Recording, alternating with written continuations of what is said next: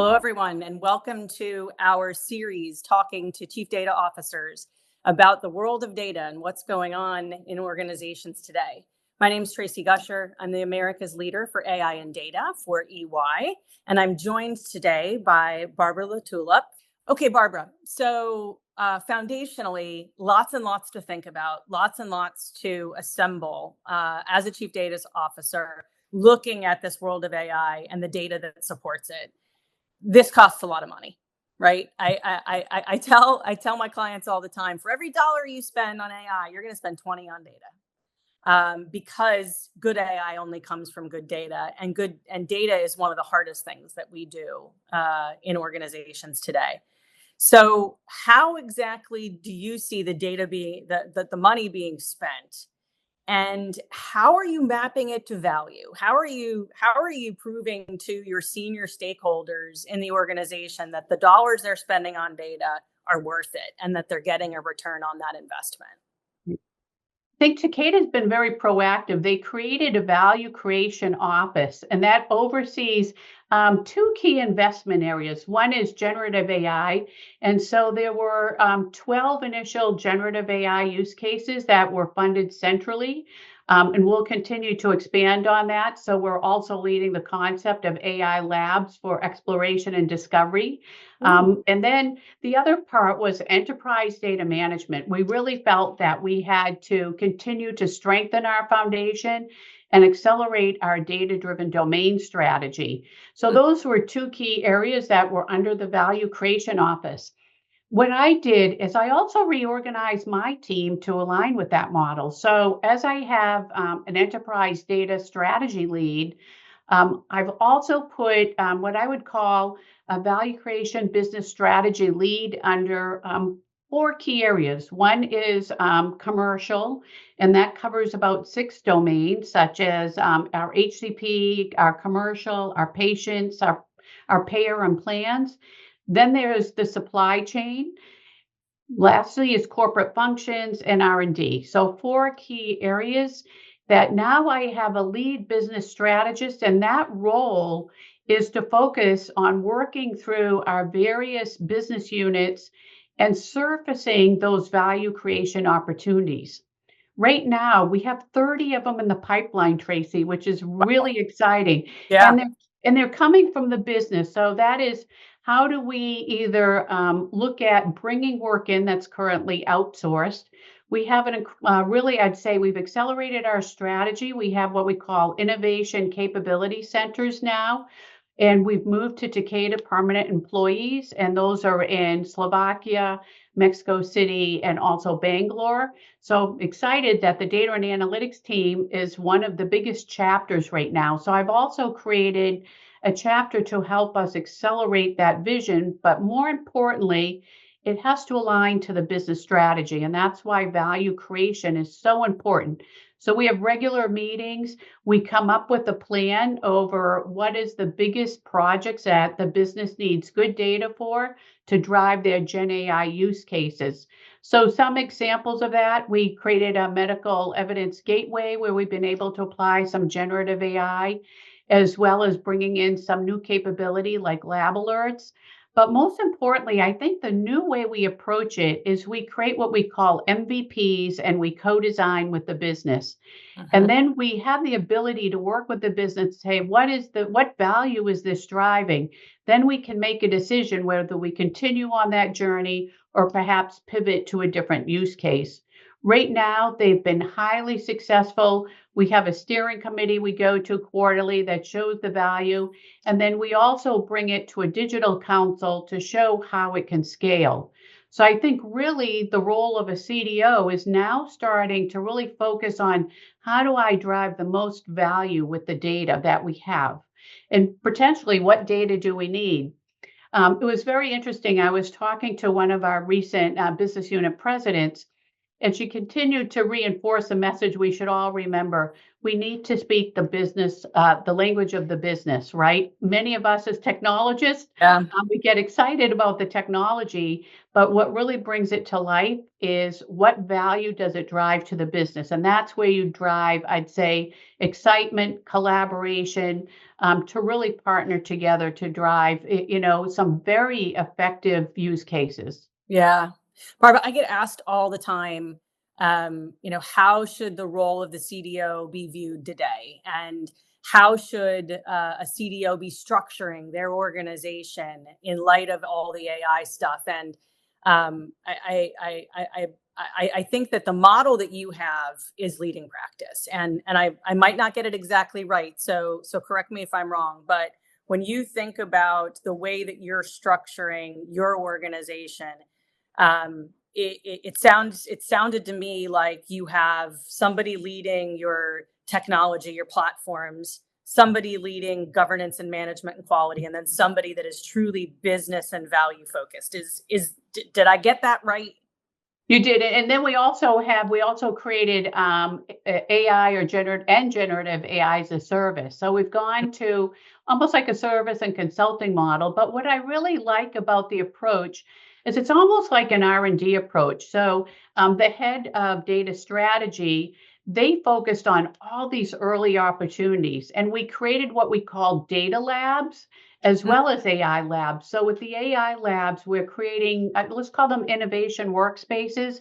And it's bring your data, bring your use cases to us, and let's collaborate and partner. Or you can have a safe area for you to play in a federated environment. It is still monitored and controlled, but let's call it's a lean governance model. And when you want to promote to production, then you have to go through a lot more rigor to be able to do that. So it's always that balance. I find that, while there is central funding, the business is still doing an enormous amount of exploration and opportunity, especially as I mentioned, in the areas of personal productivity or department productivity.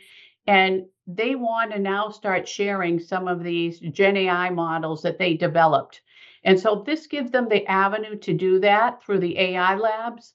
And then we have the corresponding data labs, which is bring your data to us. We can do some quick data quality assessments. We recently just got a week challenge about how to reduce the time to onboard some external data sets by greater than 50%. And I'm happy to say between the two teams and partnership with some of our strategic partners, we achieved that and we actually beat that challenge. So it's almost like creating the atmosphere within your organization to let the business come to you. And you really focus, as I like to call it, the co-design, because I think that's important because the lines are now blurring between IT and the business, because a lot of this can now be in the hands of the everyday citizen business analyst or the citizen data scientist. Yeah, yeah. And the speed of change is so fast right now, and just in terms of the types of capabilities that are now available and the expectations that business leaders have on being able to get to value. And it sounds like you've been able to navigate that and create these pathways of innovation that are meeting your business where they are and helping them to capitalize on the advantages that some of these new AI advancements can bring. And that's pretty cool. I think one of the key pillars of our strategy as well, Tracy, was what is, I like to call it our ways of working. How do we make it easy for our business partners to come to the center or the core and really understand what capabilities do we offer? How can we help them accelerate? And more importantly, how can we really optimize the use of the tools we have to actually help them? And we're able to achieve that through, I'd say, a very efficient working model between the business and our team, the core data and analytics team, as well as Takeda.ai, which is an incredible collaboration area, and the data and AI labs. I think that really makes a great recipe for success as we try to accelerate our vision. Yeah, that it truly is leading practice.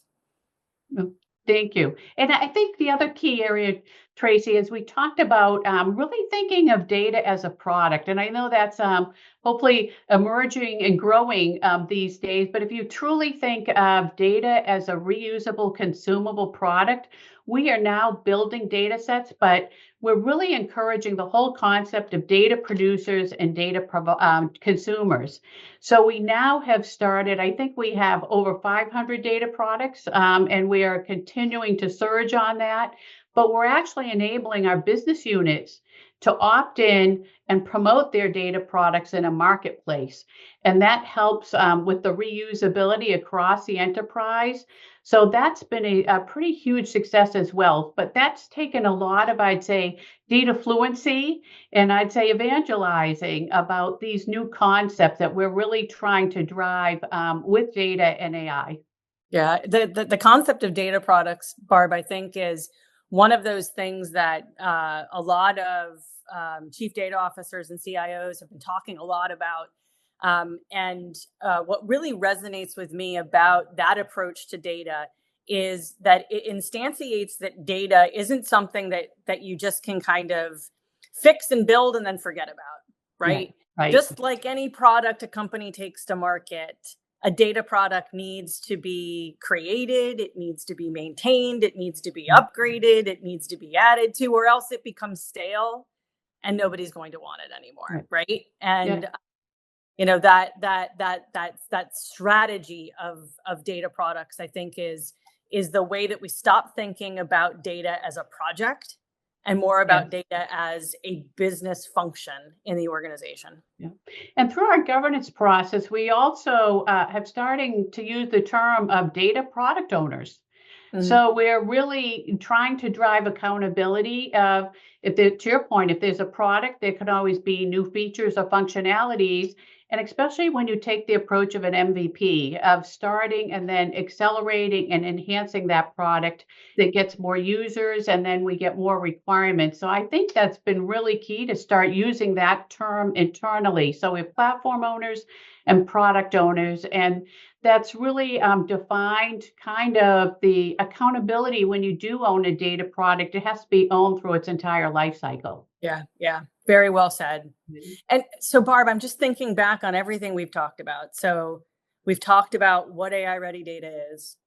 We've talked about the strategy you've put in place to have AI ready data. We've talked about what it means to have responsible AI. We've talked about tying data to value. We've talked about innovation and the need to meet your business where they are and to speak the language of business, even when you're talking about data. So many important things. But if you were to give our audience just one piece of advice on what is the most important thing to get right when you're trying to have good quality AI ready data, what's the advice you would give? Well, Tracy, I always have to come back to really, you know, be excellent on your data management foundation and data quality. They're not the exciting jobs. I always say to them, it's like you're plumbing behind the wall, Tracy. But if you don't have running water and clean running water, you're not going to be able to live in your house. So I want to focus really on the good, basics and getting those right that really become an enabler to, I'd say, self-service, trusted data models, and who can have access to that data all through a self-service model. And if you don't get those basics right, I really think it's you're not going to be a leader in the whole generative AI space, because it's important that you can understand where your data is, can you use it, is it certified, isn't it fit for purpose? Yeah. So important. So important. We talk about in sports, we talk about getting the basics right, Right. getting that foundation Yes. in, when you're building a home, the foundation is the most important thing. If that's going to be a long-standing house, and data is Yeah. no different, right?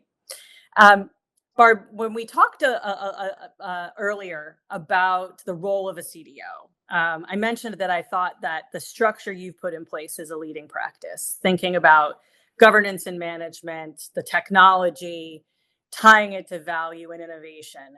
And I think that's a very modern and forward-looking approach to the role of a chief data officer. But what does the future look like? If we look out 5 or 10 years, if you took your crystal ball out of your pocket, Barb, what does your role look like in 5 or 10 years? How does it change? That's such a great question, isn't it, Tracy? Because I think as CDOs and as our roles keep changing and how disruptive Gen AI has been and truly transforming organizations, both in the corporation and our personal lives, it's now really starting to trend. To me, I spend an enormous amount of my time out with the business, making sure that we're aligned to the business strategy to drive the most value, continuing to build what I call our data ecosystem, right? Really being able to focus on am I getting the right data? What are my data sources, which is why we created a data acquisition team. But most importantly, building those partnerships, because I do believe while a lot of focus is on internal data sets now, I really believe we can transform patient care by really, I'd say, accelerating and doing more external partnerships, right? Because they have a vast amount of data, whether you're dealing with a hospital network. I'm dealing with the current program right now in Europe, where many hospitals are coming together. I think there's about 8 of them now, really looking about data exchange to serve the patient. And I think if we continue to put patient in the center, we're going to have to expand those ecosystems. So to me, the role of a CDO is now going to be more so than ever building the strength of the partnerships internally, but also looking for those external opportunities. Yeah, that is such a fantastic example, Barb. And I've frequently talked with leaders like yourself that are working in the area of life sciences about how they have a piece of the puzzle Mm-hmm. for different types of patient issues, and if their piece was connected with others' pieces, we could truly transform patient care. And I just love, Barb, that you've spoken about getting the foundation right, which is very kind of internally data focused. But as you look at the future, it's all about patients, patient care, improving patient care, and how data can enable that, which is pretty cool. Barb, I can't thank you enough for your time today. Any last thoughts for our viewers? Um, Thank you, Tracy. It's been a wonderful discussion. I would say, focus on revisiting your data strategy. Always put data quality first, and remember, there is no AI without data. I love it. I couldn't have said it better, Barbara. There is no AI without data. That is where we're going to end the discussion on that very meaty, important point. Thank you so much for joining us today. Thank you, everyone, for tuning in. I hope you have gotten as much value out of this conversation with Barb as I have. And thank you, and have a great day. Thank you.